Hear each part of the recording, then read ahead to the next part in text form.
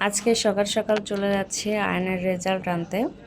সকালে 9টা থেকে 10:30 পর্যন্ত রেজাল্ট দিবে, এর মধ্যেই যেতে হবে। সো সকালে ঘুম থেকে উঠেই নাস্তা টাস্তা না করেই বেরিয়ে পড়লাম রেজাল্টের উদ্দেশ্যে। দেখা যাক আমার বাচ্চাটা কেমন রেজাল্ট করে।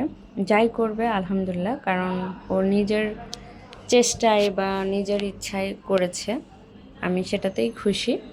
আর বর্তমানে ওদের যে পরিমাণ পড়ার চাপ, ক্লাস 1-এ পড়ে, মানে ও যে ক্লাস 1-এ পড়ছে, আমি মনে হয় 5-এও এত পড়া পড়ি নাই। যাই হোক, তারপরে আমার বাচ্চাটা যে ভালো রেজাল্ট করছে, এর জন্য আমি অনেক খুশি। তো ওকে নিয়ে আমরা আবার চলে যাচ্ছি আমার বোনের মেয়ের রেজাল্ট দিবে। ওরা একই স্কুলে পড়ে, বাট ক্যাম্পাস ওদের আলাদা।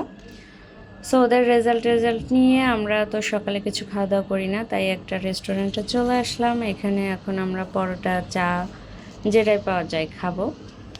এই তো সব কিছু অর্ডার দিয়ে খাওয়া দাওয়া শুরু করে দিলাম। খাওয়া দাওয়া প্রায় শেষ, এখন আমরা বাসায় চলে যাব। সবাই ভালো